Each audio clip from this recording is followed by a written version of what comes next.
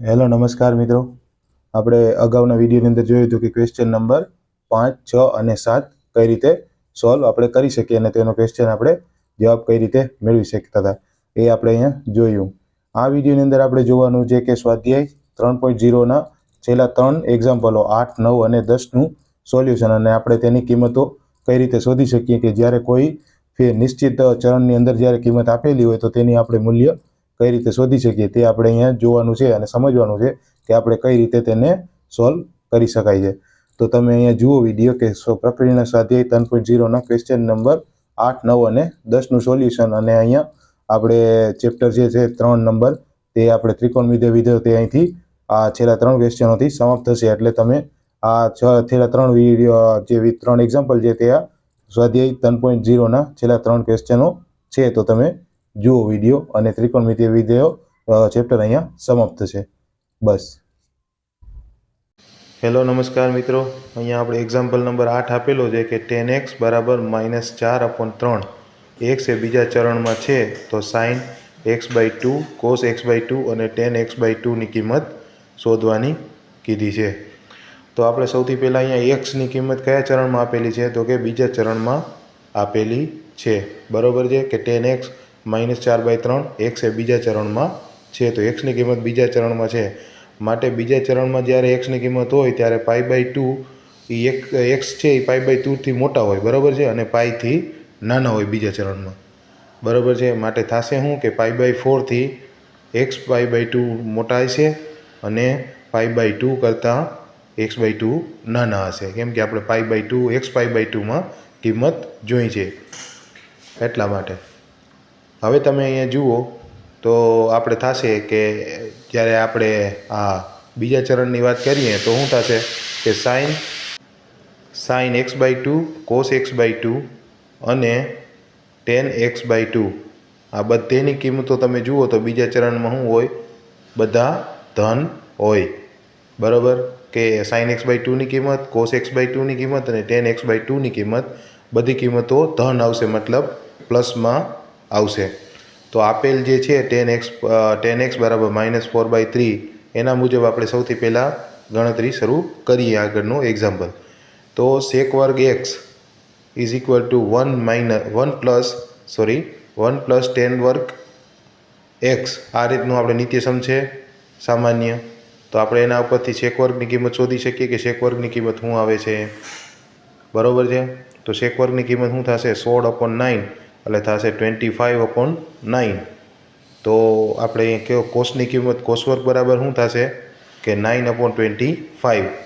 તો અહીંયા કોસની બે કિંમતો આપણને મળશે પ્લસ ઓર માઇનસ 3/5. બરાબર છે કેમ કે બે કિંમતો મળે ને, કેમ કે 3/5 એ પ્લસની કિંમત પણ એ થાય અને માઇનસની કિંમત પણ એ થાય. x એ બીજા ચરણમાં છે. આપણે સૌથી પહેલાં જ નક્કી કરી લીધું હતું કે x છે એની કિંમત બીજા ચરણમાં શું હોય cos x માટે તો એ હોય માઇનસ. બરાબર છે, ઋણ હોય. બરાબર છે કેમ કે માઇનસ હોય એટલે ઋણ હોય માટે cos xની કિંમત શું આવશે -3/5. આ આપણે cos xની કિંમત મળી ગઈ અહીંયા. બરાબર છે. હવે સિમ્પલ એવી જ રીતે તમે આગળ જુઓ અહીંથી તો એક જ મિનિટ, લાઈન ખેંચી દઉં છું. હવે આપણે cos xની કિંમત મળી ગઈ છે. હવે cos x બરાબર શું થશે 2 cos વર્ગ x/2 -1 બરાબર cos x થાય. બરાબર છે તો હવે અહીંયા cos વર્ગ x/2 એમનેમ છે અને cos xની કિંમત આપણને મળી ગઈ છે. તો 2 cos વર્ગ x/2 -1 બરાબર છે કેમ કે આપણે -3/5 cos xની કિંમત આપણી પાસે છે. તો 2 cos વર્ગ x/2 ઇઝ ઇક્વલ ટુ 1/1 -3/5. બરાબર એમ થશે 2 cos વર્ગ x/2 બરાબર. તો એની કિંમત શું થશે કે 5/3 એટલે 2/5 એવી રીતે થશે. તો હવે અહીંયા શું આવશે cos વર્ગ x બરાબર શું થશે 2/9 એટલે થશે 1/5. બરાબર છે, તમે જોશો તો સમજાશે બે બાજુથી બે ગયા.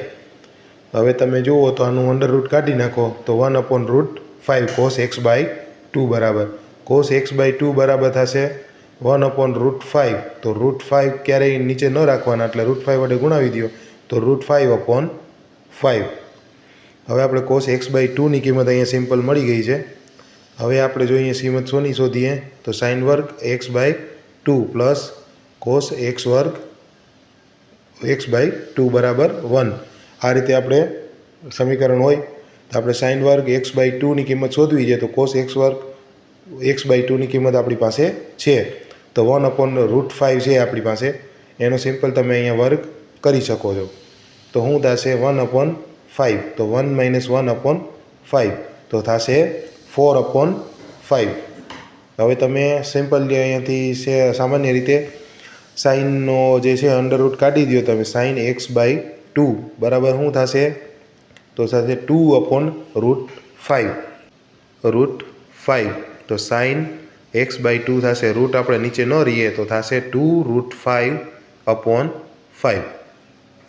હવે આ રીતે આપણે sin x/2 ની કિંમત મળી ગઈ. એવી જ રીતે આપણે tan માટે શોધીએ કે tan x/2 બરાબર શું થાય કે sin x/2 cos x/2. Simple, એ તો છે જ આપણા સૂત્ર નિત્યસમ માટે. તો સાઇનની જેટલી કિંમત આવી 2√5/5 બરાબર છે, હા, અને 1/√5 આ રીતે આપણે લખી શકાય. તો 2 એની કિંમત મળશે. તો tan x/2 બરાબર 2. હવે તમે જુઓ એક્ઝામ્પલ નંબર 9 કે કોસ બરાબર -1/3 x એ ત્રીજા ચરણમાં છે બરાબર છે. તો આપણે sin x/2 cos x/2 અને tan x/2 ની કિંમત શોધવાની કીધી છે. તો સૌથી પહેલાં આપણે અહીંયા x એ કયા ચરણમાં આપેલો છે તે સૌથી પહેલાં જોવાનું મહત્ત્વ રાખે છે. તો કે એ ત્રીજા ચરણમાં આપેલો છે cos x. તો સૌથી પહેલાં તમારે શું કરવાનું કે તમારે નક્કી કરી લેવાનું કે ત્રીજા ચરણની અંદર એક્સની કિંમત કેટલાથી કેટલા સુધી હોય. તો પાઈથી મોટી હોય ત્રીજા ચરણમાં અને 3π/2 થી નાની હોય, એટલે π/2 થી x/2 મોટા હશે અને 3π/4 થી x/2 નાના હશે. હવે તમે જુઓ તો અહીંયા તમને સમજાશે કે જ્યારે ત્રીજા ચરણની વાત આવે ત્યારે કોસ અને tan આ બંનેની કિંમતો તમે જુઓ તો બંને ઋણ હોય બરાબર છે, કે મતલબ માઇનસ હોય એની કિંમતો ત્રીજા ચરણમાં. અને sin x/2 એ ત્રીજા ચરણમાં ધન હોય બરાબર છે, ધન એટલે એની કિંમત પ્લસમાં હોય ત્રીજા ચરણમાં sin x/2 ની કિંમત. હવે આપણે નક્કી કરી લીધું કેમ કે એ બે ઋણ છે અને ઓલી છે ધન.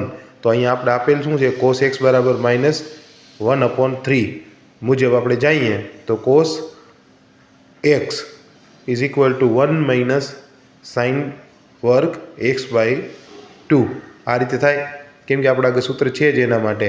તો 1 - sin x વર્ગ x/2 તો એને પણ આપણે લઈ લઈએ આ બાજુ બરાબર છે. તો થશે 1/1 - cos/2.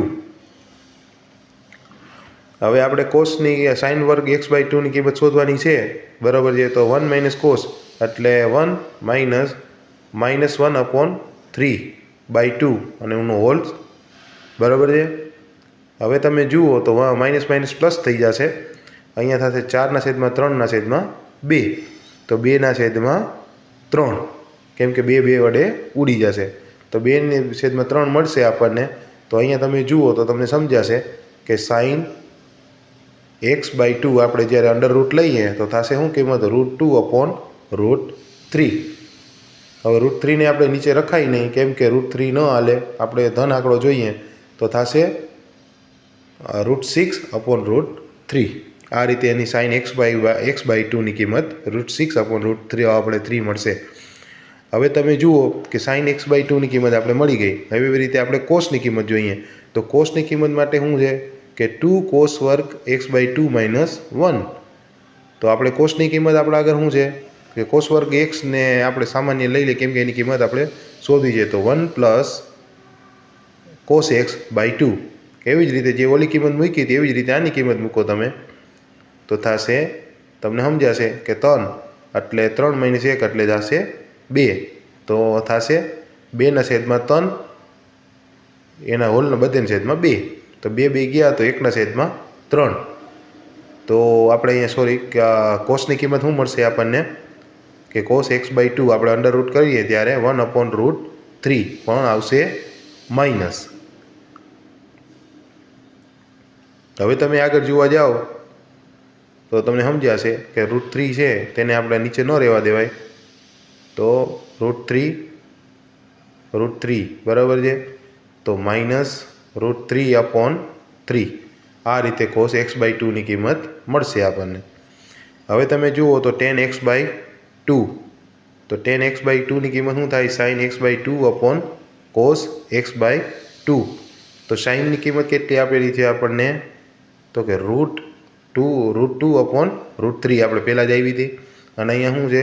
-1/√3, √3 કેન્સલ, તો -√2 આ tan x/2 ની કિંમત મળશે. હવે આપણે એવી જ રીતે એક્ઝામ્પલ નંબર 10 આપેલો છે કે sin x = 1/4, x એ બીજા ચરણમાં છે, તો આપણને બધી sin x/2, cos x/2 અને tan x/2 ની કિંમત શોધવાનું કીધું છે. તો સૌથી પહેલાં આપણે અહીંયા x છે એ કયા ચરણમાં છે એ સૌથી પહેલાં જોવાનું મહત્ત્વ રાખે છે, કેમ કે આપણને કિંમતો કઈ લેવી તેના ઉપરથી જ આપણને નક્કી થશે. તો સૌથી પહેલાં x એ બીજા ચરણમાં છે, માટે π/2 x π, કે π/2 થી x મોટા હશે અને π થી નાના હશે, એટલે π/4 થી x π/2 મોટા હશે અને π/2 થી x/2 નાના હશે. હવે માટે આપણે શું થશે કે sin x/2, cos x/2 અને tan x/2 બધા ધન છે, કેમ કે આપણે બીજા ચરણની અંદર sin, cos અને tan બધેની કિંમતો ધન મળશે. તો સૌથી પહેલાં આપણે અહીંયા આપેલ છે sin x = 1/4 બરાબર છે, તે મુજબ જઈએ તો તે મુજબ જાશું તો આપણને સમજાશે કે કઈ રીતે આપણે સોલ્વ કરી શકશું. તો cos² x બરાબર છે, તો cos² x = 1 - sin² x, તો sin² ની કિંમત શું આપેલી છે? 1/4, તો થશે કેટલા કે 16, તો 15/16. તો હવે તમે એનું અંડર રૂટ છે એનું લઈ લ્યો તમે, તો સાઇનની કિંમત આપણે કોસની કિંમત, તો cos x બરાબર શું થશે કે -√15/4. હવે આપણે શું છે કે કોસની કિંમત બીજા ચરણમાં ઋણ હોય, કેમ કે ઋણ લેવી છે, કેમ કે ઋણ આવે કોસની કિંમત બીજા ચરણમાં, તો આપણે -√15/4 લીધા છે. એટલે sin² x/2 બરાબર શું થશે? 1 - cos x/2. આ આપણે સિમ્પલ સૂત્ર ખબર છે. તો શું છે? cos x ની કિંમત √15/4/2. હવે તમે જુઓ તો 4 + √15/8, કેમ કે છેદનો છેદ છેદમાં જશે એટલા માટે. તો sin x/2 ની કિંમત શું મળશે? તો 4 + √15/8 બરાબર છે. હવે આપણે જે છે એને આપણે સોલ્વ આઉટ કરી દઈએ અહીંયા, કે √15/8 થશે 2 × 2, કેમ કે આપણે જે છેદમાં છે તેને ઉપરના જ અંશમાં લઈ આવવો છે આપણે અંડર રૂટને. તો 8 + 2√15/16, તો થશે શું કે 8 + 2√15 બધેના છેદમાં 4. આ થશે sin x/2 ની કિંમત. હવે જુઓ તમે અહીંયા કે આપણે sin x/2 ની કિંમત મળી ગઈ, એવી રીતે cos x/2 ની કિંમત અહીંયા સિમ્પલ આપણે શોધીએ. તો cos x/2 બરાબર શું થશે? 1 + cos x/2. તો cos x ની કિંમત આપણે અહીંયા મૂકી દેવાની છે, તો √15/4 આખાના છેદમાં 2. હવે થશે શું? 4 - √15/8 બરાબર છે. હવે તમે આગલું નેક્સ્ટ સ્ટેપ કરો તો cos x/2 આપણે એને અંડર રૂટ લઈ લીધું છે, તો થશે એવું કે 4 - √15/8 બરાબર છે. સોરી, માફ કરજો, અહીંયા બધેના છેદમાં 8 છે. હવે તમે નેક્સ્ટ સ્ટેપ અહીંયાથી જુઓ તો cos² x 1 - sin² x = 1 - 1/4, 1/4, 1 - 1/16, તો થશે 15/16. તો કોસની કિંમત થશે -√15/4. બીજા ચરણમાં કોસ ઋણ હોય. હવે આપણે સાઇન વર્ગ x/2 ની કિંમત શોધીએ અહીંયા. તો શું કિંમત મળશે? 1 - cos x/2. તો 4 + √15/8. તો સાઇન x/2 ની કિંમત શું થશે? 1 + √15/8. આ થઈ 4 + √15/8. હવે એને 2 વડે ગુણાવી દો તમે, તો મળશે તમને 8 + 2√15/16. તો થશે સાઇન x/2 બરાબર થશે 8 + 2√15/4. હવે આપણે એવી જ રીતે અહીંયા સિમ્પલ શોધી લઈએ. 10 cos વર્ગ x/2 બરાબર શું થશે? 1 + cos x/2. તો તમે અહીંયા જોવા જાઓ સિમ્પલ, તો તમને સમજાશે કે 1 + -√15/4. તો 4 - √15/8. તો cos x/2 બરાબર શું થશે? કે 4 - √15/8. હવે તમે સિમ્પલ જોવા જાઓ તો √15/8 ગુણ્યા 2/2. તો શું થશે? કે 8 - 2√15/16. તો તમે એનો અંડર રૂટ હટાડી દો, તો cos x/2 મળશે તમને 8 - 2√15 બધેના છેદમાં 4. આ આપણે cos x/2 ની કિંમત મળી ગઈ. હવે એવી જ રીતે તમે સિમ્પલ 10x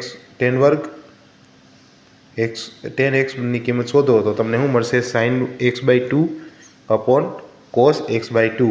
આ સિમ્પલ તમે શોધી શકો આ જ રીતે. તો સાઇનની કિંમત શું હોય આપણા આગળ?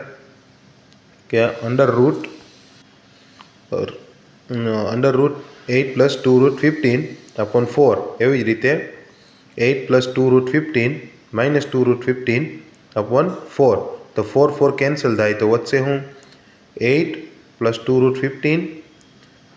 અહીંયા √8 - 2√15. હવે આપણે અંડર રૂટ આને નીચેનું હટાડવું હોય તો તમારે સામે એ જ પદ વડે એને ગુણાવવું પડે. તો અહીંયા માઇનસ છે, તો પ્લસવાળા આડે આપણે ગુણાવવું પડશે. તો 8 + 2√15 અને છેદમાં પણ 8 + 2√15. એ જ પદ વડે ભાંગી અને એ જ પદ વડે ગુણવાનું. હવે તમે સિમ્પલ જુઓ તો અહીંયા થશે શું? કે 2√15 બરાબર છે. અને અહીંયા થશે 64 - 60. તો થશે શું? કે અહીંયા અંડર રૂટ હટી જશે અને અહીંયા સ્ક્વેર હટી જશે. અહીંયા આવશે 4. 4ના હોલ કાઢો એટલે વધશે 2. અને 2 વડે જે તમે ભાંગી નાખશો એટલે 4 + √15. આ 10/x/2 ની કિંમત